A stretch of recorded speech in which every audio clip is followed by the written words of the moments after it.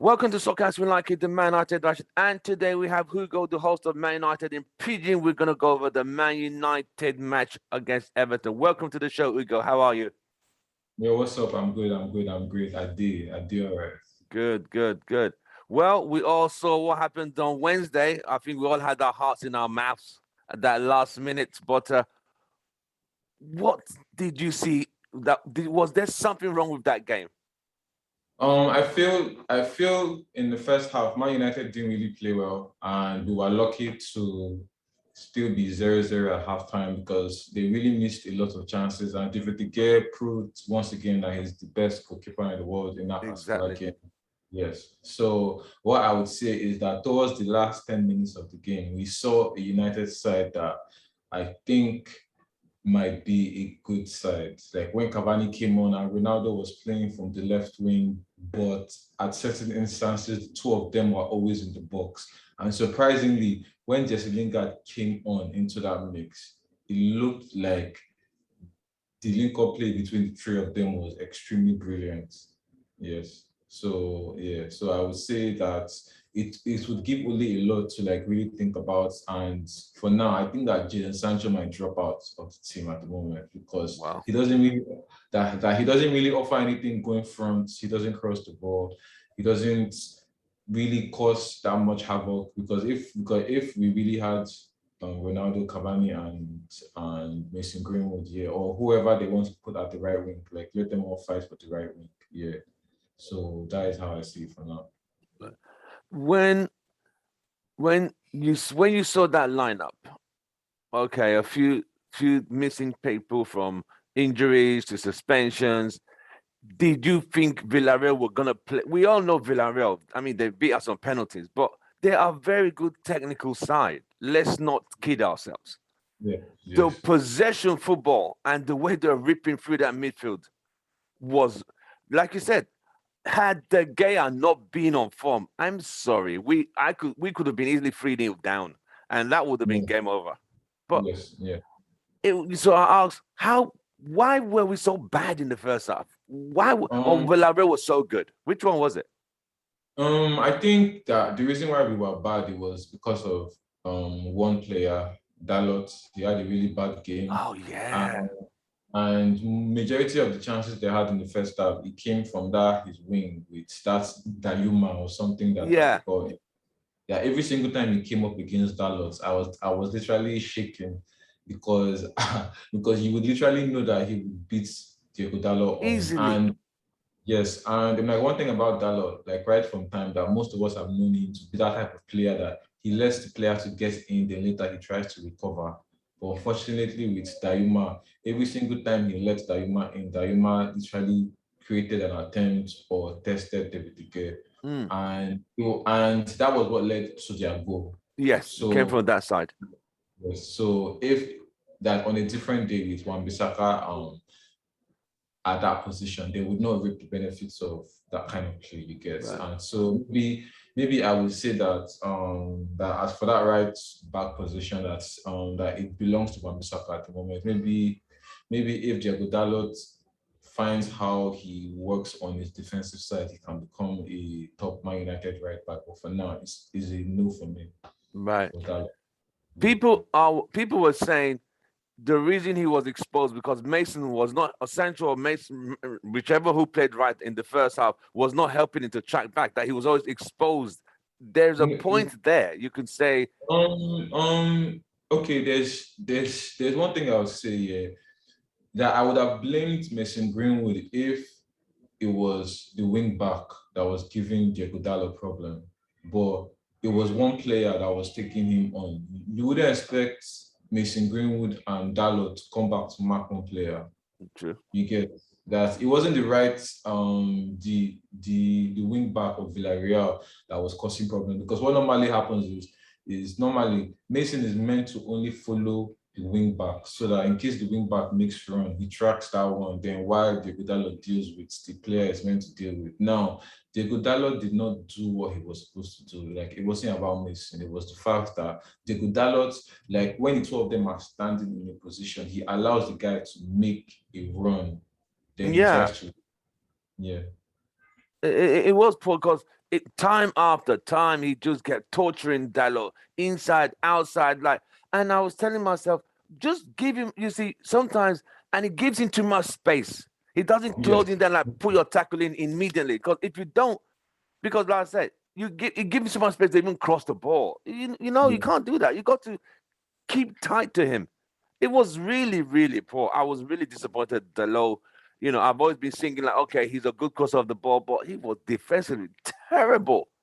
Yeah, Okay, even offensively, he wasn't really that good. Because it's only one good cross he puts in. Even after when Ronaldo and Cavani were on the pitch, the cross that he played to Cavani, yeah, that I think he was the one that gave that cross. Apart from that, yeah, he didn't really do exceptionally well going front, and he didn't do well going back.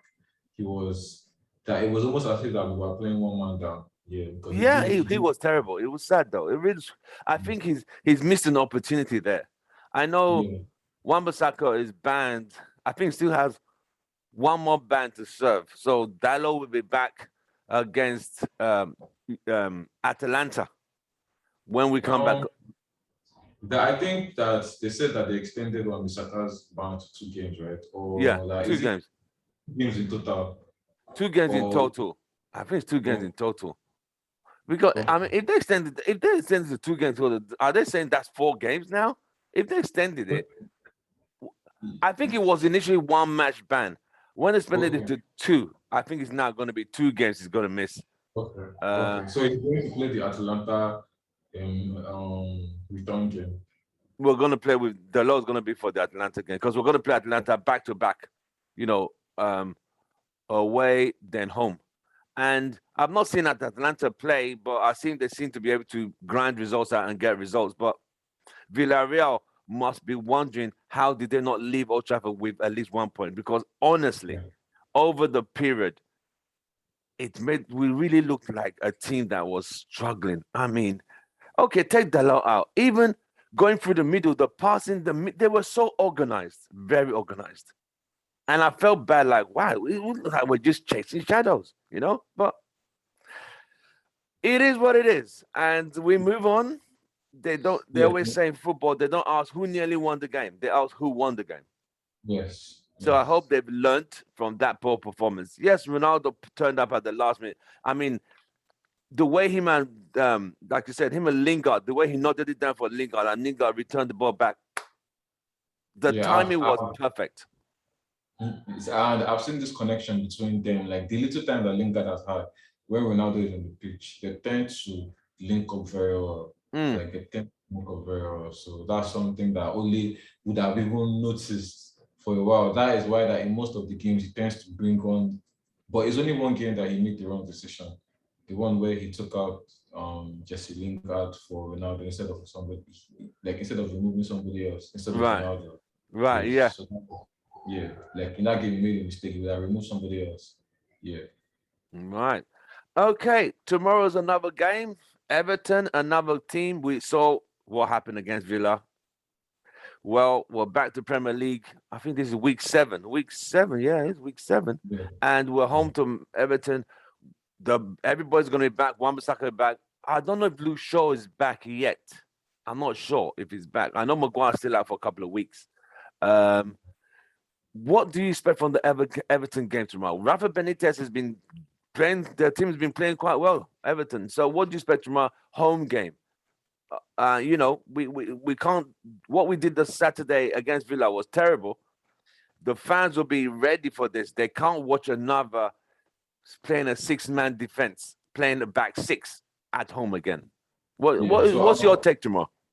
So I'll be eager to see what tactics that Oli deploys against Everton because he might most likely stick to Fred and McTominay because the last time he played against Everton, he used Fred and McTominay, and that I think that was the game that Bruno Fernandes ran the show after Everton scored first, and I think Bruno scored like 2 goals, or I'm not sure whether And it's we from. ended up. So we were leading 2-0. Pogba gets injured. With the game ended 3-3. We considered a set piece goal at the last minute when what's his name makes a considers a foul. What's the guy who we loaned out to Villa? What's his name? Defender. Tuanzebe. Yeah, Tuanzebe. Wanzebi made a a foul. They took a free kick. The rest is history. We drew 3-3. But I'm hoping. Yeah. So I remember that game. So it depends on the setup that Ole wants to use. If he sticks with Matic, we might see a comfortable win, depending on the formation he chooses to set up. Yeah, because I love the way their system is when Matic is playing. Like the two Exactly. center drifts, like he forms a third CB once he plays Matic, while the wing backs push front. But he doesn't do that same formation when he's with Fred and McTominay. Like the two CBs stays in their position the most times. Fred and McTominay, they are always almost in the front, and like it's almost as if like the team is not really organized when It Matic is is. not. Yeah. So So that tomorrow, give me the lineup you are expecting that should normally play, which we can beat Everton. Start with okay. yeah. So in goal, I'll say David De Gea. In No, right not back, Henderson. Not Henderson. No. not Henderson. Yeah, that maybe in the league. No, okay, we're out in the League Cup. Maybe FA Cup. Yeah. So right back, Saka, and then for centre back, I would say that if Maguire is fit, we can use Maguire. Then apart from Maguire, who else? Varane, that's obvious. Then left back, if Luke Shaw is back, we can use Luke Shaw. Yeah. Then But for centre, if Luke Shaw is not available, yeah, then Telles. Yeah, Telles is that is going to get that position. Yeah. okay. Then Let's go to the midfield. for center midfield, we can use Matic and Pogba to start the game. Yeah. Right. Then Bruno Fernandes in 10. In the wings, that I would say Ronaldo at the left, right, I'll say Greenwood, striking Cavani. So you would say Cavani middle on top, Ronaldo on the left, Mason on the Yes, right. yes. So no But Sancho in your team. no Sancho. But when United are crossing the ball, Ronaldo should be in the box. In He the shouldn't be box. at yes. So that we'll have two players that can head the ball in the Right. box. I like that lineup. But what I think Ole will do, and Ole, he will look at it like Everton play good football. Yeah. Let's keep it tight. In your lineup, there's no Fred, there's no McTominay. In his press conference on the week, they asked him, why does he stick? He said they bring him energy and they break up play. So everyone's looking at him like, really, bro? Really? Both of them, Yeah. their passing range is very limited. They're not the best. Honestly, those two combined, they won't get into a City team or a Liverpool team or a Chelsea team. Let's Yeah. call it as is. But they get in always into a United team. That tells you a lot. Okay, let's not go that. Okay, like one thing I would have to say about that moment is that me, I didn't expect Ole to throw his players under the bus. So even he might have spoken to them about that fact, and that's why that the two of them did not start against Villarreal.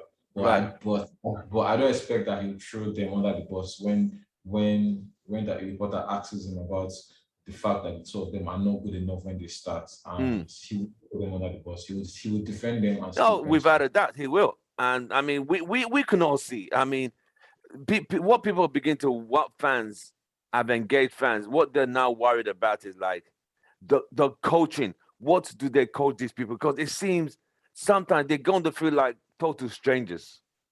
You see what I mean? And that's the hurtful part. We saw the Villa game. It was bad. We felt like the away team. Villa were very comfortable. That's the problem we're having. Matic is a specialized CDM.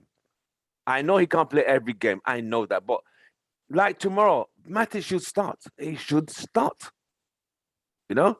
I'm not a big fan of Pogba playing as a left wing. I don't think Pogba is, I think Pogba, I don't like him playing at the left there. I think it's a waste.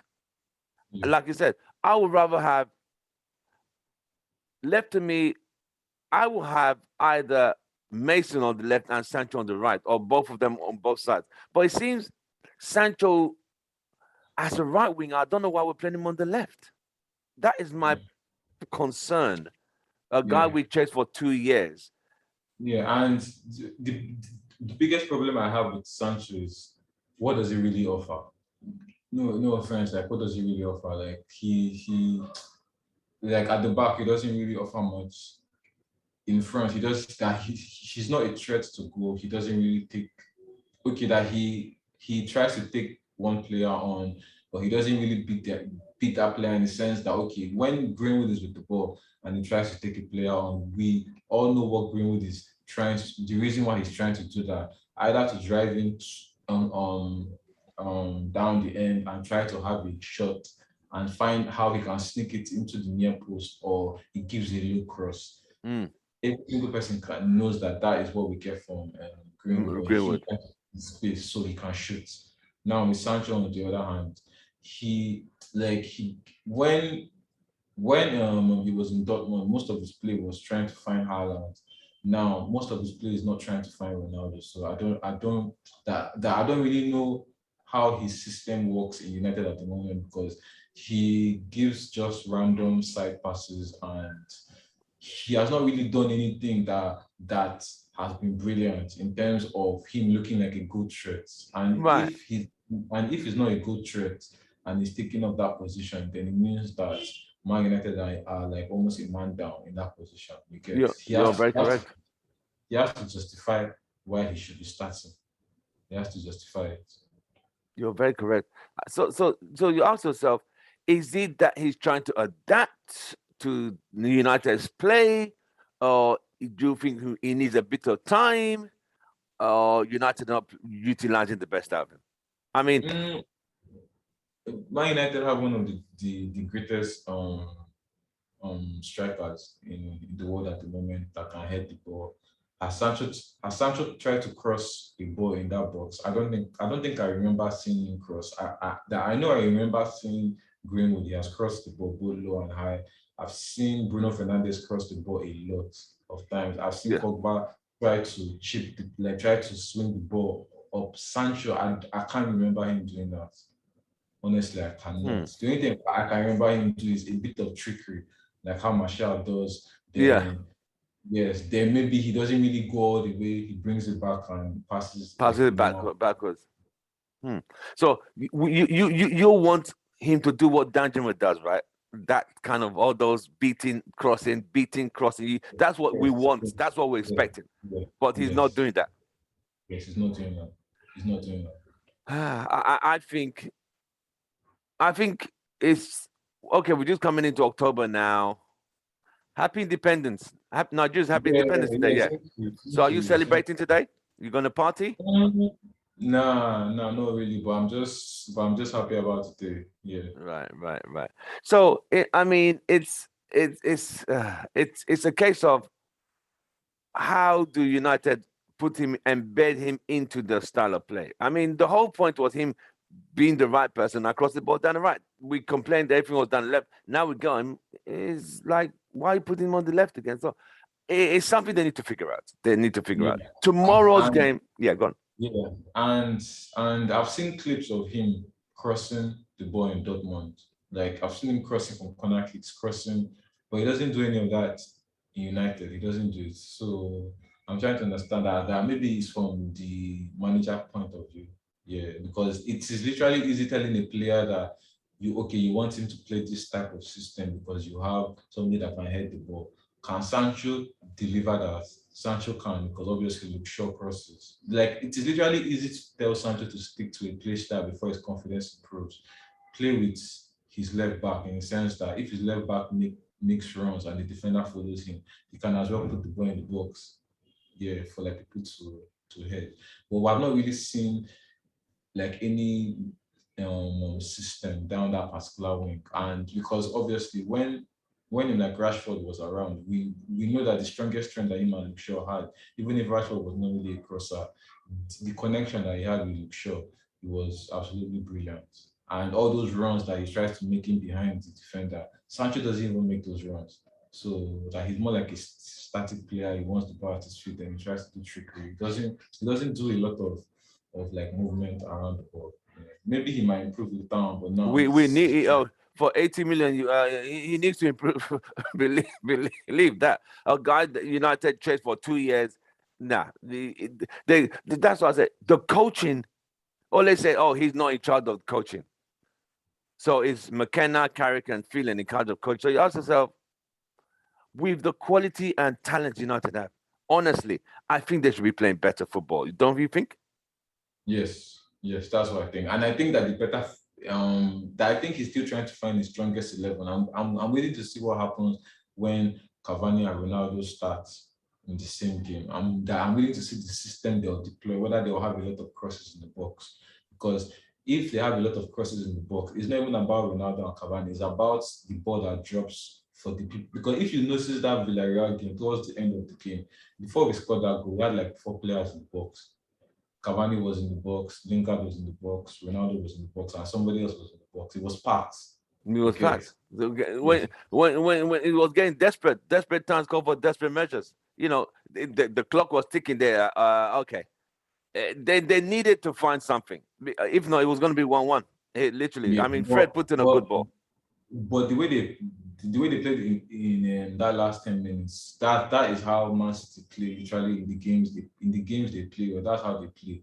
They have a lot of players in the box. When you have a lot of players in the box, your chances of scoring are higher. Exactly. Right. So tomorrow, what do you predict? What's your predicted score tomorrow? I'll say 2-0. 2-0. You're talking clean sheet? Yeah, clean sheet. They will get clean sheet.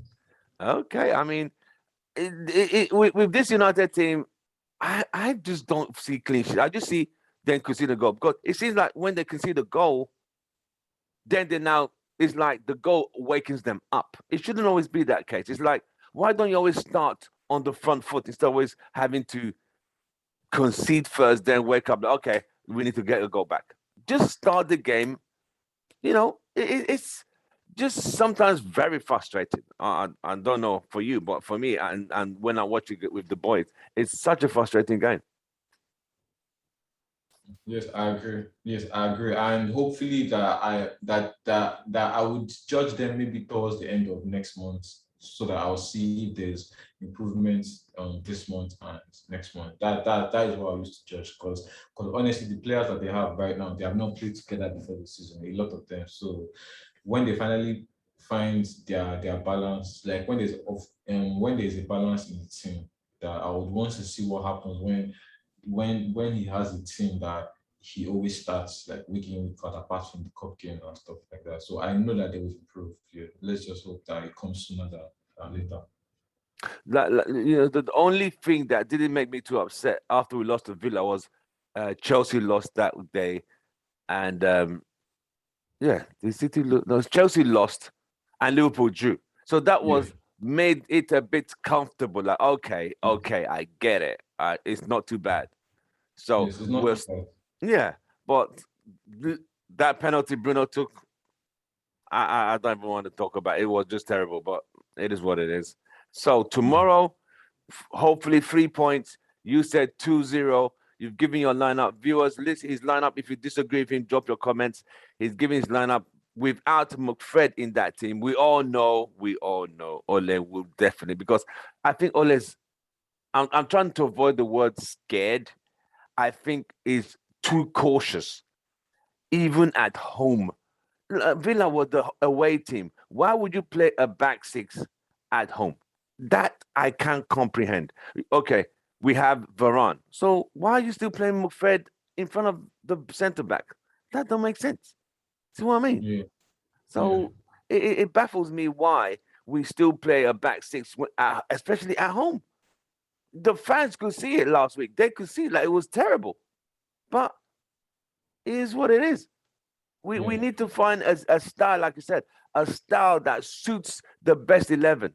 But I think in Ole's mind, we won games with McFred last season. But if you look at those games, it's just grinding the result. It wasn't like just went and defeated the team. Forget the Leeds games, because Leeds games are one-off. They just don't even defend. See what I mean?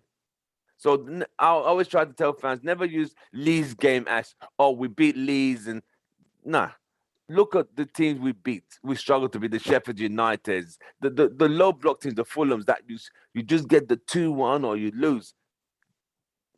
we're also defending. Yeah. So yeah, so you got any plans this weekend apart from Man United? Hopefully not messing up your weekend. I would say my birthday is on the 3rd of October, so the win would be like a birthday present from like the club. Yeah. Right, nice. So that means your birthday is gonna be on Sunday. So Sunday. yeah. You're gonna party?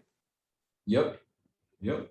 Happy birthday in advance. Well, we've come to the end of the show. We want to thank uGO, the host of Man United in Pigeon. Thank you very much for coming on the show. Viewers, don't forget to like, share, and subscribe. Join us in getting our journey to 4K, but by your support in everything. uGO, an absolute pleasure. Happy birthday in advance. We'll go to see you again. There's international break next week, so we don't play again to another 2 weeks. But it'd be nice if Inaki could just get the 3 points, and it'd be nice for everybody. From us, it's goodbye, good night. uGO, thank you very much. God bless you, brother. Thank you. See you soon. Yeah, stay safe. You too, brother.